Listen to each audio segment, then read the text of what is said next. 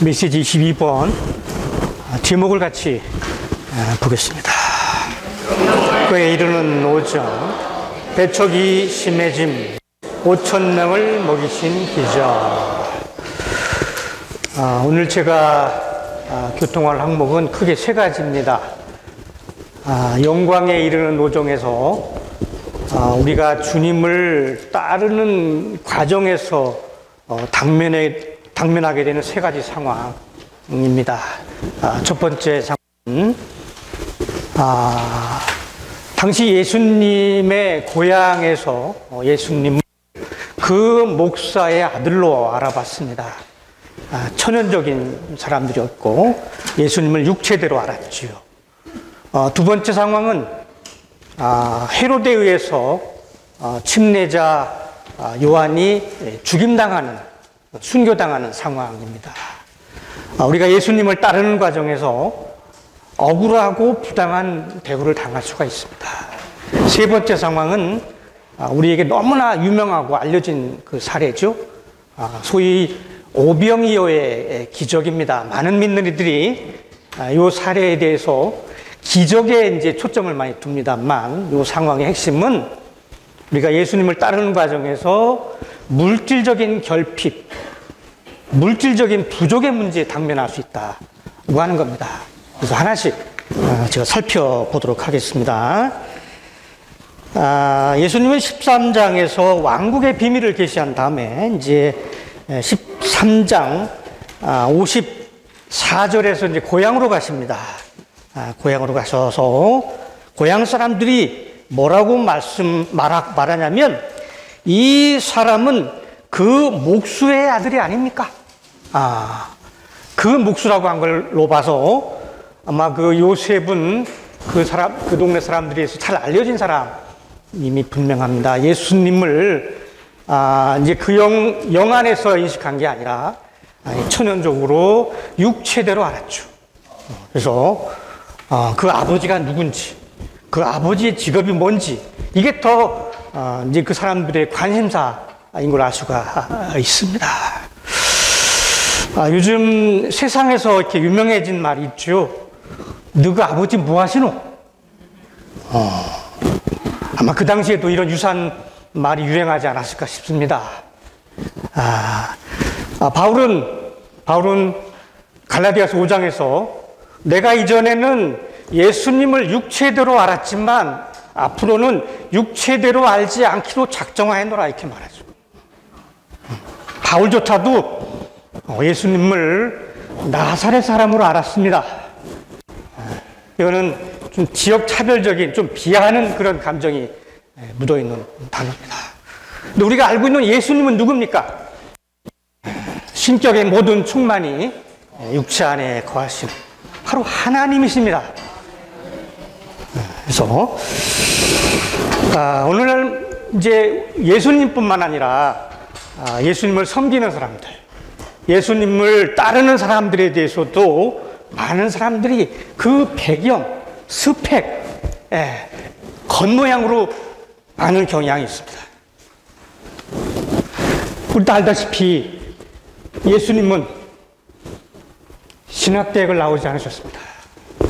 우리 예수님은 박사학위도 없으셨습니다. 어쩌만이 형제님도 신학을 공부하지 않으셨죠. 박사학위도 없으셨습니다. 그분은 대학에서 화학을 공부하셨죠. 그러나 우리가 알다시피 그분은 신성한 계시의 선견자다 이렇게 불리웁니다. 이 형제님도 신학을 공부하지 않으셨고 박사학위도 없으셨습니다. 이 형제님은 대학에서 회계학을 공부하셨습니다. 저하고 전공이 같아요. 그래서 메시지에 보면 차변대변 뭐 이런 말이 나오는데, 회계학을 공부하지 않은 분들은 차변대변 이런 말 쉽게 못 써요. 어쨌든 그러나 우리가 알고 있는 예수님은 바울의 부담을 가장 정확하게 이해한 사람이다, 이렇게 평가를 받습니다.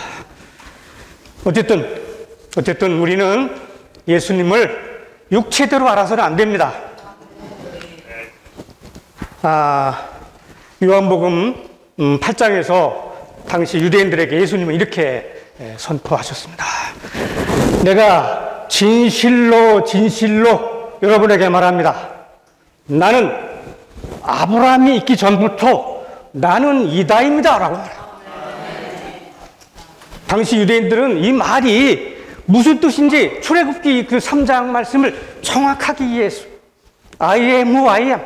이 여호와란 말이거든요. 내가 여호와다. 내가 하나님이다. 셋 중에 하나예요. 첫째, 미쳤거나. 둘째, 사기꾼이거나. 셋째, 참된 말을 한 겁니다. 당시 예수님이 이런 말을 하는 걸 듣고 나서 유대인들은 이 신성 모독죄단 말이에요. 돌로 치려고 했죠. 예수님이 하나님이라고 하는 선포는 바울도 그랬고 또 도마도 그랬고 선포했고 심지어 예수님은 사도 요한은 이 예수님이 하나님이라고 하는 걸 입증하기 위해서 요한복음을 기록했죠. 자, 우리 사무엘상 16장으로 다 합니다. 그래서 여호와는 사무엘 통해서 당시 이제 그 2세의 여덟 아들 중에서 그 다윗을 왕으로 세우는 과정에서 이런 말씀을 하십니다. 사람은 겉모양을 보지만 나 여호와는 그 마음을 보기 때문입니다. 개혁판 성경이 더 우리 마음에 와닿아요. 사람들은 외모를 보지만 나 여호와는 그 중심을 본다. 그래서 오늘날 우리 교회 안의 성도들조차도 그 스펙, 그 외모를 중시하는 문화 가운데 살고 있습니다. 그렇지 않나요? 고린도후서에서 뭐라고 말합니까? 5장에서 바울은 우리는 그 질그릇 안에 보배를 가진 사람들이에요. 근데 그 보배보다도 그 질그릇에 관심이 많아. 결혼 정년기에 이른 형제한테 어떤 자매를 원합니까? 어떤 자매를 찾고 싶습니까? 솔직해. 우선 이뻐야 한다. 너무 솔직해요.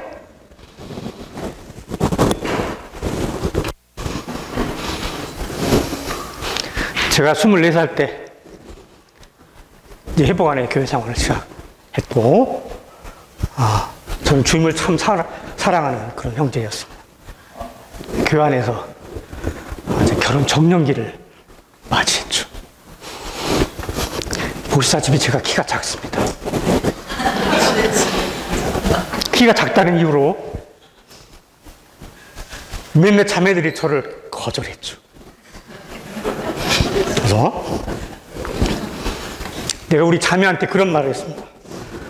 여보, 고맙소. 나를 구제해 줘서. 자매는 나한테 이렇게 격려를 했습니다. 내가 지금까지 한 많은 결정들 중에서 가장 잘한 결정이 당신하고 결혼하기로 한 결정이었다. 자.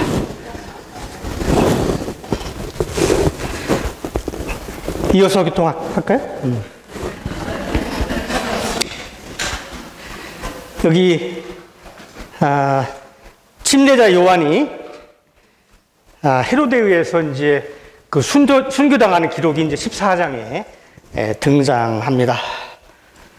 요 헤롯은 예수님이 여우라고 부르는 그런 사람이었고 매우 부도덕하고 매우 이렇게 타락했고 아주 악한 사람이었죠. 그죠? 그래서 이 헤롯은 자기 형의 아내, 형수를, 헤로디아죠. 형수를 아내로 취한 사람이었습니다. 그리고, 이제 침례자 요한이 그 잘못된 거다라고 지적하니까 이제 감옥에다가 집어 넣습니다. 아마 이제 그 실질적인 이유는 그 침례자 요한이 그 당시 그 기득권층에게는 매우 유명한 인물이었기 때문에 아마 다른 제목을 아마 붙이지 않았을까 싶습니다. 내란 선동죄 비슷한 어떤 거를 이렇게 제목을 달아서 감옥에 이제 집어넣었죠. 그리고 여기 헤로디아의 딸이 그 헤로드 앞에서 이제 춤을 추니까 너무 기뻐서 그 조카죠, 조카. 그 형수의 딸이니까 뭘 원하냐? 내가 네가 원하는 거 다 들어줄게. 그랬더니 이제 그 헤로디아의 사주를 받고 침례자 요한의 목을 원한다. 이제 주변 그 대신들의 그런 이목도 있고 해서 그 요구를 들어줍니다. 자, 이 사례를 통해서 우리는 뭐를 알 수가 있나요? 얼마나 억울합니까? 얼마나 부당합니까? 이거는 우리가 영광 이른 노정 또 예수님을 따르는 그런 과정에서 우리도 이런 일을 당할 수 있다라고 하는 걸 보여줍니다. 그래서 저는 이 두 가지 사례를 생각을 했습니다. 첫 번째 사례는 저는 요한복음 19장 1절을 읽다가 매우 분개했습니다. 거기에 이제 빌라도에 의해서 예수님이 그 신문을 당하는 그런 장면입니다. 이 빌라도는 예수님에게서 아무런 제목을 발견할 수 없다고 3번이나 선포한 사람입니다. 우리 예수님은 그 십자가에 못 박힐 만한 아무런 이유가 없었던 사람이에요. 빌라도가 증명을 했지요. 근데 19장 1절을 보면 아주 이상한 구절이 등장해요. 그럼에도 불구하고 빌라도는 예수님을 데려다가 채찍질하였다 이렇게 나와요. 아니, 내가 의심을 봤어요. 부하들 시킨 것도 아니에요. 병사들 시킨 게 아니고 빌라도가 직접 채찍질한 거예요. 아니, 아무런 제목도 죄가 없다고 하는 것이 확인됐으면 그냥 석방해야지 왜 채찍질을 합니까? 예수님은 그런 부당한 대우를 당하십니다. 정말 화가 나더라고요. 우리 믿는 이들도 이런 세상으로부터 이런 부당한 대우를 받을 수 있고 심지어 교회 안에서도 이런 일을 당할 수 있다라고 하는 것을 보여줍니다. 두 번째 사례는 사도행전 16장을 보다가 제가 아주 인상적인 그런 장면을 만나게 됐습니다. 이 사도행전 16장은 이제 바울과 실라가 빌보 감옥에 투옥되는 장면입니다. 관원들에 의해서 이제 투옥당하는데 관원들이 몽둥이로 매우 많이 때렸다고 나와요. 가만히 생각해 보면 바울은 이 투옥당할 때 무슨 영장 실질심사 같은 거 받은 거 아니에요. 그리고 심지어 고문까지 당하네. 당시 로마는 법치주의 국가였습니다. 얼마나 부당한 대우입니까? 알다시피 이제 바울과 실라에 의해서 간수가 이제 구원을 받고 심지어 이제 간수 집에서 애찬까지 벌이죠, 그죠? 그때 그 행정관원이 이제 이 두 사람을 이 병사들을 가지고 호위병들을 통해 가지고 조용히 내보내려고 합니다. 아마도 그 간수가 그 구원받는 장면을 통해서 자기들의 그 불법적인 행동이 드러날까봐 막 두려웠음에 분명합니다. 근데 바울이 여기서 어떤 말을 하냐면, 안 됩니다. 로마 시민인 우리를 죄도 유죄 판결하지도 않고 감옥에 넣었다가 왜 슬그머니 내보내려고 합니까? 안 됩니다. 당신들이 직접 와서 우리를 데리고 나가십시오. 이제 간수를 통해서 그런 말을 하니까, 이제 그 행정관원이 와서 두 사람을 달래가지고 데리고 나갑니다. 이 두 가지를 제가 주목을 했습니다. 첫 번째, 바울과 실라는 매우 억울하고 부당한 대우를 받았다. 두 번째, 여기서 이 바울은 그 부당한 대우를 받았을 때 매우 당당하게 처신했다. 얼마나 멋있습니까? 안 됩니다. 당신들이 와서 직접 데리고 가라. 왜 우리를 이렇게 아무런 죄도 정죄하지도 않고 유죄 판결하지도 않고 왜 감옥에 집어넣어서 왜 고문하냔 말이죠. 당당하지 않습니까? 우리 믿는 이들은 무골후인이 아닙니다. 자, 이어서 또 보도록 하지요. 이제 오병이어의 기적입니다. 이거는 그 기적이라고 하는 단어에 이제 많은 사람들이 이제 방점을 찍고 이거를 주목하는 경향이 있죠. 너무나 유명한 그런 사례라고 할 수가 있습니다.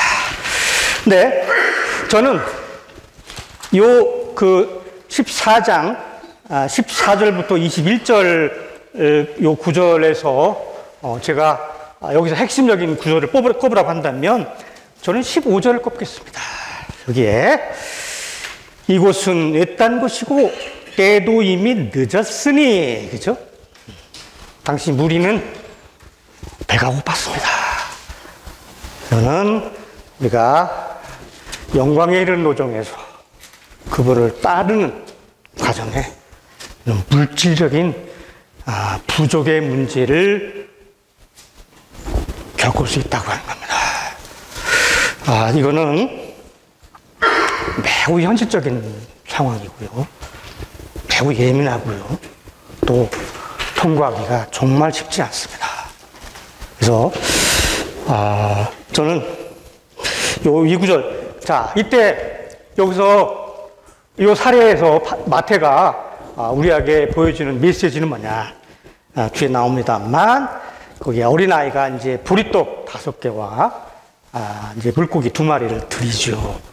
보리떡으로 상징되는 것처럼 이런 상황에서 우리는 그분의 부활 생명을 통해 이 상황을 넉넉하게 감당할 수가 있고 또 이 상황을 우리가 견뎌야 한다. 부활 생명으로. 그래서 바울이 그게 우리의 본이죠. 빌립보서 4장에서 바울은 말합니다. 내가 풍부에 처할 줄도 알고 궁핍에 처할 줄도 알고 나에게 능력 주시는 분 안에서 내가 모든 것을 할 수 있습니다. 이 상황을 다 감당했고 넉넉히 이겼다. 이걸 간증하고 있는 겁니다. 뿐만 아니라 뒤에 나오는 그런 그분의 축복하심을 통해서 남자만 5,000명, 아마도 다 포함하면 한 2만 명쯤 됐겠죠. 그래서 우리의 필요를 그분이 공급하신다고 하는 걸 보여주고자 하는 겁니다. 마태복음 6장 3절을 우리는 잘 압니다. 그분의 나라와 그분의 의를 구하십시오. 그러면 여러분에게 이 모든 것을 도와줄 것입니다. 근데 말은 이렇게 할 수 있지만 제가 아무리 봐도 내가 이런 상황을 닥친다면 감당하기가 쉽지 않다. 해서 이걸 주님이 너무나 이런 걸 잘 아시기 때문에 우리 믿는 이들이 이런 상황을 통과하지 못할 것을 너무나 잘 아시기 때문에 다시 말해서 예수님을 바라보는 게 아니라 상황을 여전히 바라볼 걸 아셨기 때문에 뒤에 4,000명을 먹이신 이렇게 또 한 번 등장해요. 여전히 반복된 훈련이 필요하다. 저는 이걸 준비하면서 나는 이거 그동안 자격이 없다. 쉽지 않다. 했는데 어느 메시지에서 앤드루 머레이의 한 말이 떠올랐습니다. 말씀의 좋은 사역자는 자기가 체험한 것 이상을 말해내는 사람이다. 해서 용기를 좀 얻었습니다. 한 좀 중요한 핵심을 교통하고자 합니다. 먼저 이제 음식을 사 먹게 하십시오라고 이제 그 제자들이 예수님께 일종의 제안이자 요구를 하죠. 여기에 우리 율법의 원칙을 볼 수 있습니다. 그러자 예수님이 뭐라고 말씀하시냐면 15절에서 여러분이 그들에게 먹을 것을 주십시오. 아마도 이거는 이제 문자적으로 이 제자들이 그 5,000명이나 되는 사람들을 다 필요를 채워라 이러는 게 아니고 내가 그들을 다 먹일 수 있도록 뭔가를 좀 드려라 이런 의미로 이해를 합니다. 여기에 우리 은혜의 원칙을 알 수가 있습니다. 율법 원칙은 요구하는 것이고요. 은혜의 원칙은 공급하는 겁니다. 분명한 대비를 볼 수가 있습니다. 저는 이걸 보다가 15절에 좀 주목을 하게 됐습니다. 이곳은 외딴 곳이고 때도 이미 늦었으니, 이거는 이제 그 무리의 그 배고픈 상황을 보여주기도 하지만 이곳은 외딴 곳이고 때도 이미 늦었다. 혹시 이게 좀 나이 든 사람들의 상황을 묘사하는 것 같지 않나요? 저도 좀 나이가 들어가고 있다는 생각을 의식을 많이 합니다. 여기 쓸쓸한 상황, 또 나이가 들어간 상황. 나이 든 사람들의 특징이 있습니다. 말이 많아요. 말이 많아요. 왜? 경험한 게 많잖아요. 산전수전 다 겪었잖아요. 그죠? 그래서 분명한 또 소신이 만들어지고, 이 소신이 강하다 보면 뭔가 이게 요구가 돼요. 요구가 발전하면 뭐가 되는지 아세요? 가르침이 돼요. 그래서 요즘 젊은이들이 가장 싫어하는 노인네가 어떤 사람인지 아시죠? 꼰대입니다, 꼰대. 자꾸 가르치려고 하는 사람들. 정말 싫어합니다. 그래서 제가 듣는 말이 있죠. 입은 닫고 지갑은 열어라. 율법 원칙은 요구하는 것이고요. 은혜의 원칙은 공급하는 것입니다. 배려하는 것입니다. 우리 두 아들이 지금보다 좀 어렸을 때 우리 아파트에 어느 할아버지를 자꾸 피해 다니더라고요. 그래서 물어봤습니다. 너 왜 그 할아버지 자꾸 피해 다니고 도망 다니냐 했더니 만날 때마다 잔소리 한대. 그분의 내가 그 직업을 우연히 알게 됐는데 전직 교장 선생님 출신이랍니다.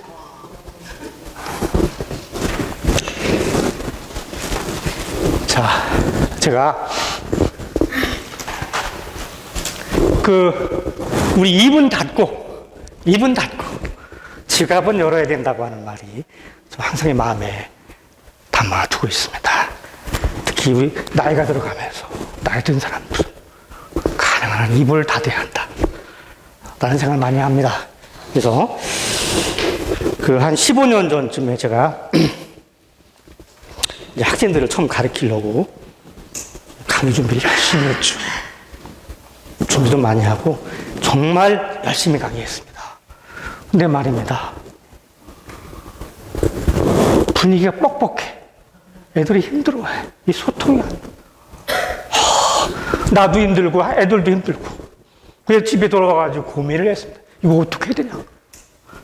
한참 생각을 하고 나서 그 다음 시간에 이제 수업 들어가가지고 수업을 좀 일찍 마쳤습니다. 말을 줄였죠. 그리고 선포를 해버렸어요.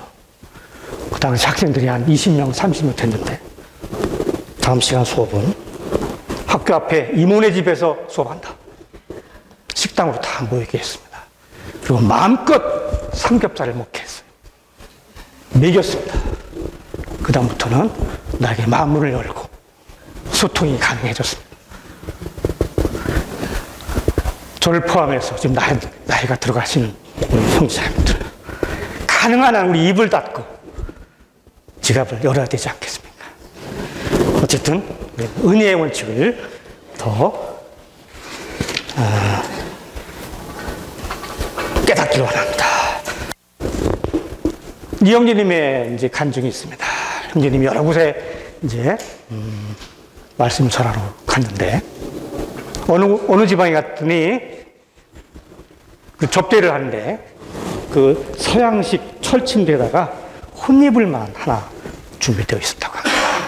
형제님은 이것저것 요구하지 않고, 거기서 쉬다가 그냥 잠에 드셨습니다. 그리고 이런 말씀을 하시죠.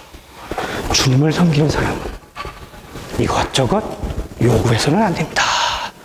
라고 교통을 하셨습니다. 자, 그리고 좀 넘겨보시면, 이제 이 무리의 필요를 채우기 위해서, 이제 그 제자들이 예수님께 그 축복하실 수 있도록 여기에 보면 떡 5개와 물고기 2마리를 이렇게 드립니다. 근데 요한복음 6장 9절에 보면 좀 더 자세하게 나와요. 거기 어린아이가 보리떡 5개와 물고기 2마리를 드립니다. 이게 무슨 의미냐면, 우리가 은혜의 원칙 안에 있을 때 우리의 상태를 참되게 볼 수 있다라고 하는 걸 보여줍니다. 이 율법의 원칙 안에 있을 때는 우리가 우리 상태를 못 봐요. 은혜의 원칙 안에 있을 때 우리 3가지를 참되게 깨닫게 되는데, 첫째는 우리는 어리다. 두 번째, 물고기 2마리, 떡 5개와 물고기 2마리로 그 상징되는 것처럼 가난하다는 겁니다. 세 번째는 이 무슨 떡이에요? 보리떡이에요. 혹시 보리떡 먹어보신 적 있나요? 요즘 건강식 때문에 보리밥집은 유명하지만 나 보리떡 좋아한다는 사람 못 들어봤어요. 내 어릴 때 기억에 따르면 이 보리떡은요, 맛으로 먹는 게 아니고요, 허기를 채우려고 먹는, 그때 우리 시골에서는 그걸 개떡이라고 불렀는데, 어쨌든 보잘것없다 라고 하는 거를 참되게 본다는 겁니다. 그래서 이 형제님의 교통을 제가 그대로 이렇게 인용하는 게 좋겠습니다. 율법 아래서는 우리의 가난이 드러나지 않는다. 그러나 은혜로운 말씀은 우리의 가난을 드러낸다. 즉, 우리가 가진 것이 거의 없고 있는 것조차 별로 보잘 것이 없음을 본다. 율법 아래서는 요구하고 지시하고 가르칠 수 있지만 줄 것이 없다. 율법은 우리를 그다지 많이 드러내지 않는다. 그러나 우리가 은혜를 베풀려고 할 때마다 우리의 가난이 드러난다. 우리에게는 남에게 줄 것이 없고 우리 자신이 먹을 것이 없음을 본다. 주님께서 우리를 은혜 아래 두실 때 자신이 가난하고 아무것도 없다는 것이 드러날 것이다. 자, 더 전진하겠습니다. 여기에 그 어린아이는, 여기 있는 어린아이는 아마도 자기도 배가 고팠을 거예요. 그렇지 않아요? 자기도 배가 고팠을 거예요. 그럼에도 불구하고 주님이 축복하시도록 5개와 물고기 2마리를 드렸습니다. 형제님의 교통에 따르면 우리는 주님께 뭔가를 드리고 싶어도 드릴 것이 없을 수 있다. 그러나 최소한 우리 자신은 드릴 수 있다. 로마서 12장 1절에서 이렇게 교통합니다. 바울이. 여러분의 몸을 살아있는 희생제물로 드리십시오.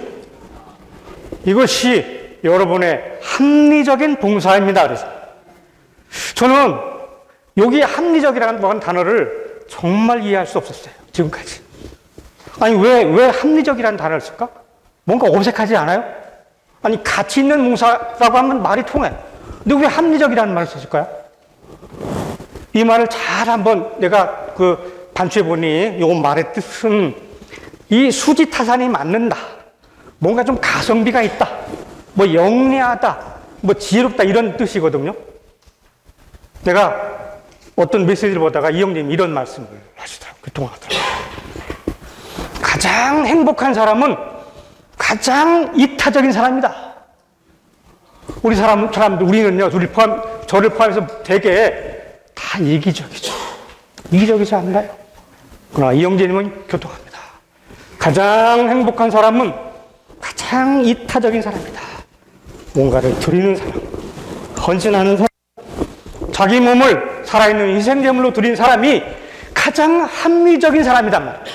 가장 영리한 사람. 이제 말이 통했습니다. 저는 이제 이 말을 이해합니다. 자, 계속 교통하겠습니다.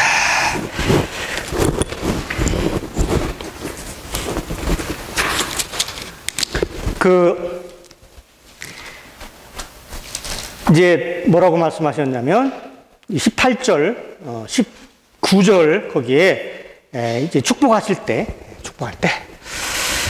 이렇게 말합니다. 떡을 떼시어 제자들에게 주시니. 떡을 떼셨습니다. 떡을 떼셨죠. 우리는 주님을 따르는 과정에서 부서진 사람이 되어야 한다. 마치 내가 아무것도 아닌 존재, 마치 죄가 되는 존재까지 그런 존재가 되어야 한다고 하는 걸 여기서 상징적으로 보여주고 있습니다. 그래서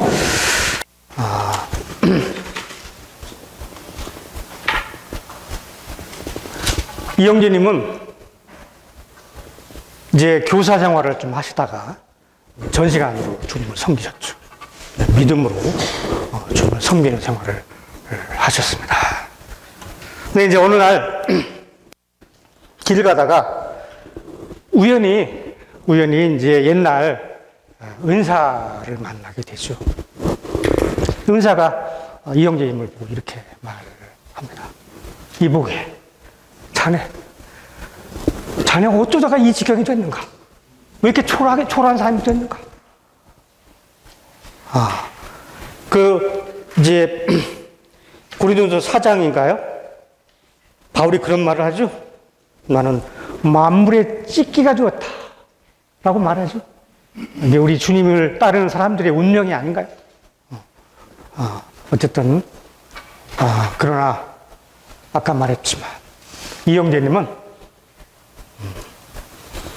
바울의 부담을 가장 정확하게 이해한 사람이었고, 그 동역자인 란영재님에 따르면 이영재님은 중국의 주석이 될 만한 그릇이었다라고 평가를 받고, 저는 이제 형제님의 메시지에서 받은 도움을 참으로 저는 지금도 잊을 수가 없습니다. 그 도움을 해서 나중에 영혼 안에서 형제님을 만난다고 한다면 내가 받은 그 도움을, 그 감사의 표현을 할 수 있는 날이 있을지. 어쨌든 여기에 떼어주셨다, 부서진 사람이 되어야 한다고 하는 것을 여기에서 보여주고 있습니다. 그리고 여기에 보면 뭐라고 되어 있나요? 제자들에게 주시니. 직접 나눠지지 않았습니다. 제자들을 통해서 공급했습니다. 골로새서 2장에 뭐라고 나오죠? 마디와 힘줄이 머리로부터 마주와 힘줄을 통해 이제 몸에게 공급을 한다고 하는 말씀이 나오죠. 그래서 우리는 다 마디와 힘줄로 몸 안으로 그리스도를 분배하는 사람들이 되어야 합니다. 여기에 그 사실을 보여주지 않습니까? 떡을 떼시어 제자들에게 주시니. 우리는 공급의 통로가 되는 사람들임을 알 수가 있습니다.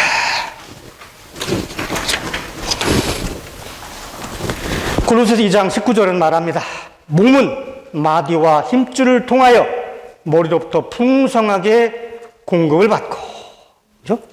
우리는 바로 공급의 통로라고 하는 것을 볼 수가 있습니다. 자, 어쨌든 여기 마지막 부분에 이제 어쨌든 예수님은 이러한 축복을 통해서 공급을 하셨죠. 그들 모두가 배불리 먹었으며 남은 조각을 거두니 먹은 사람은 여자와 아이들 외에 남자만 5,000명 가량이었다. 자, 뭘 보여줍니까? 어쨌든 주님은 우리의 필요를 돌보신다고 하는 거죠. 자, 그 전에 한 가지 제가 교통하고자 하는 거는 아까 그 보리떡에 관련된 겁니다. 보리떡. 부활을 상징하죠. 부활.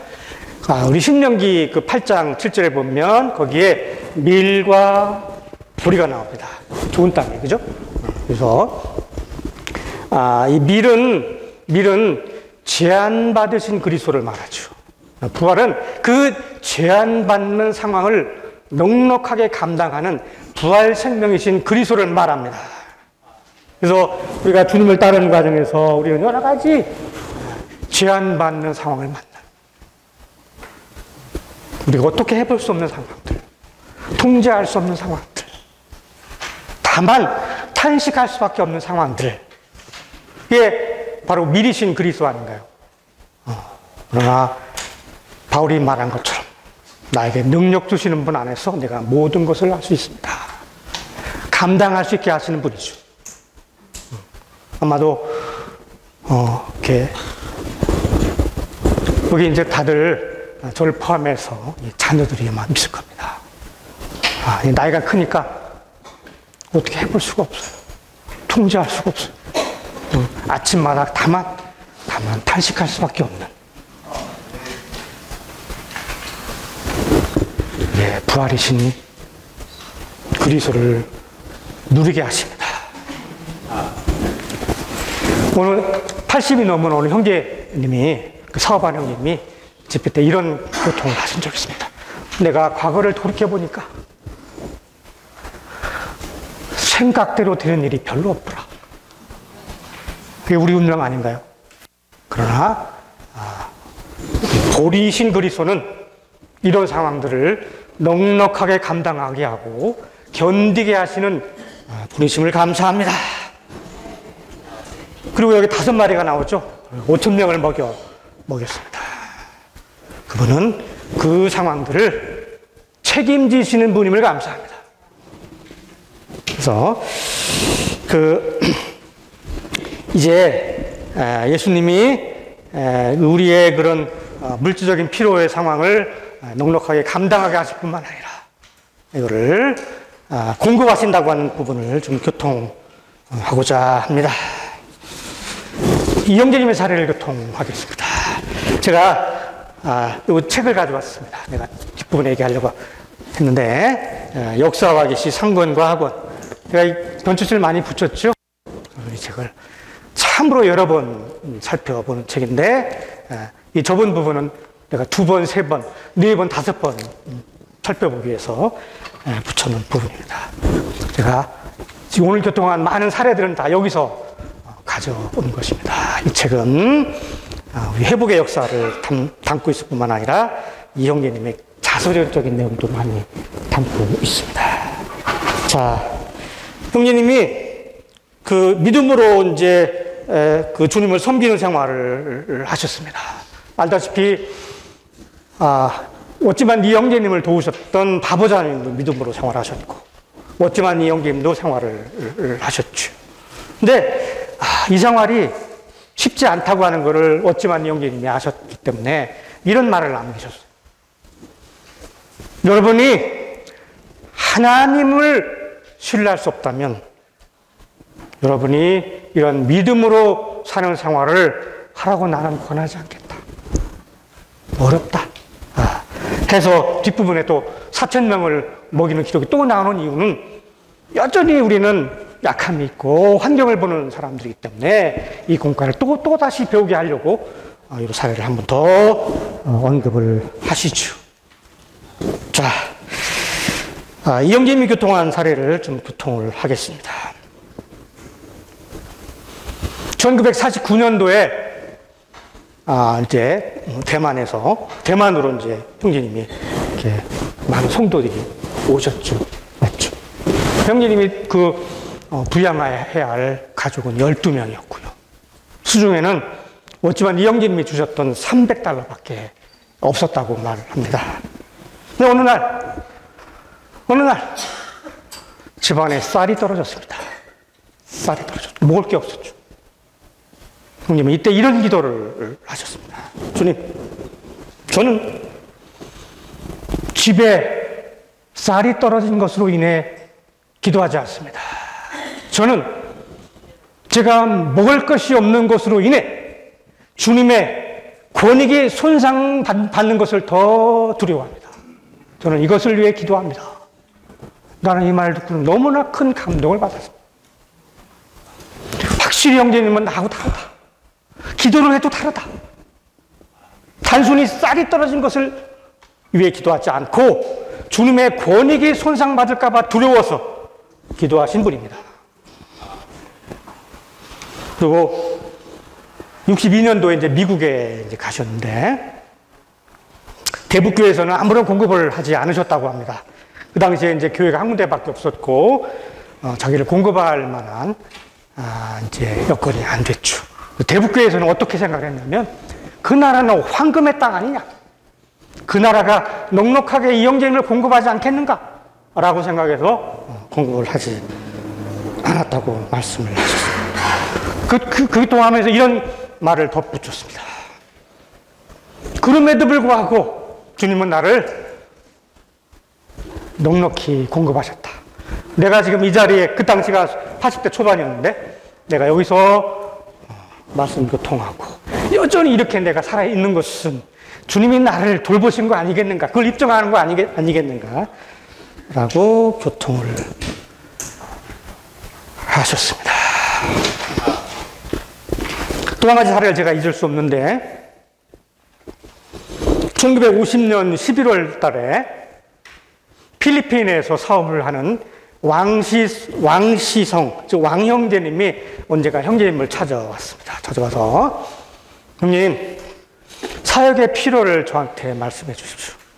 제가 공급을 하겠습니다. 형님은 이제 거절하면서 이렇게 말씀하십니다. 주님을 섬기는 사람은 필요를 말하지 않습니다. 그러니까 그 왕형제님 뭐라고 아닙니다, 형제님. 이거는 제가 먼저 말하는 겁니다. 해서 형제님은 한 11년 동안 그 사역의 필요를 다 공급했죠. 나중에 이제 이런 말을 합니다. 왕형제님이 개인적으로 이 형제를 만났어요. 형제님, 제가 돈이 있어서 헌금한 게 아닙니다. 때로는 헌금할 돈이 없어서 대출을 받아서 헌금을 해야 했습니다. 형제님은 거의 울 뻔했다고 하는 간증을 하셨습니다.